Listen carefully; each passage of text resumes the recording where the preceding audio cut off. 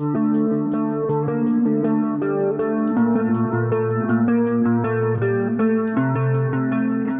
GHTC, ele foi criado para quê? Para poder trabalhar com história, filosofia da ciência, que eram coisas que não faziam parte da tradição do Instituto. Então, quando eu fui para a Unicamp, eu já fui com esse perfil de trabalhar com história e filosofia da ciência e ter condições também de orientar pessoas dentro do Instituto de Física, dentro dessa área. Fui das primeiras pessoas que entrou no GHTC, né? Isso foi em 91, né? No início do grupo. Conheci o grupo numa revista, num artigo que eu estava na biblioteca, passava um tempo na biblioteca, procurando o que eu vou fazer depois que acabar minha graduação. Aí eu li um artigo do professor Roberto, era um artigo sobre Galileu. E quando eu li aquilo, me acendeu uma luz assim na minha cabeça, que eu falei, é isso que eu quero fazer, né? Um amigo meu me deu uma vez um recorte de jornal dizendo que havia uma seleção na Unicamp para uma especialização em História da Ciência. E foi assim, por acaso, lendo jornal. Nunca tinha ouvido falar na área durante meu curso de graduação, durante o tempo, nessa altura eu dava aulas de biologia, nunca tinha ouvido falar em História da Ciência. A gente teve o curso de especialização em História da Ciência, de qual vários membros atuais do grupo e que entraram logo em seguida também fazem parte. Claro, adorei o curso, fiquei junto do Roberto desde então e de alguns colegas, né, o Valmir Cardoso. Era um exame de 2-3 dias, tinha um exame de História da Ciência, tinha um exame de Línguas, tinha um exame e tinha uma entrevista. Mas eu cheguei e daqui a uma meia hora, mais ou menos, chegou mais uma pessoa. Falou, oi, tudo bem? Meu nome é Maria Elice. Daqui a pouquinho chegou mais uma pessoa, outra, daqui a pouquinho tinha 40 pessoas. Eu estava almoçando numa cantina da Unicamp e encontrei essa indicação de bolsa de iniciação científica. Eu pensei, nossa, História da Ciência, isso deve ser interessante, acho que eu vou ver do que se trata. E quando eu entrei na sala, tinham 60 candidatos fazendo uma prova. Eu pensei, nossa, eu não vou conseguir nunca, né, isso. Eu era professora de física do ensino médio. E aí a coordenadora da escola onde eu dava aula falou, por que você não vai fazer mestrado em História das Ciências? E aí lá fui eu como ouvinte, não tinha nem ideia de quem era Roberto de Andrade Martins, né? E aí assisti aquela primeira aula e fiquei absolutamente encantada. Eu nunca pensei, por exemplo, que eu estaria no Instituto de Física da Unicamp, numa sala de aula aprendendo coisas sobre mitologia grega, sobre concepções de mundo, né, sobre como o mundo surgiu.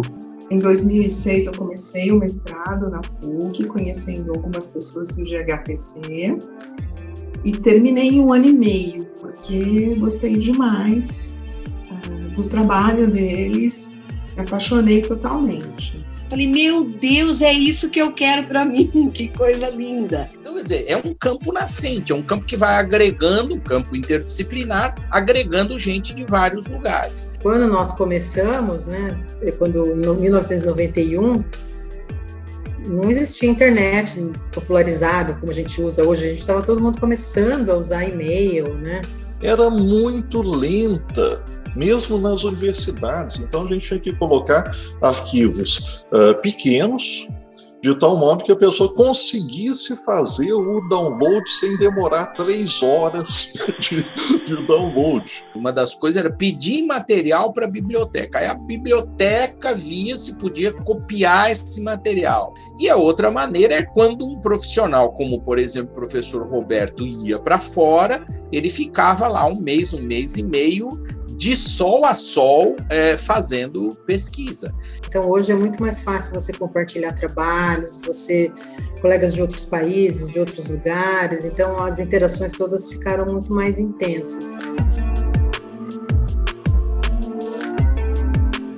Quando eu estava para me aposentar, então eu comecei a pensar, bom, o que faz? Né? A gente simplesmente diz, né, tchau, acabou. Não.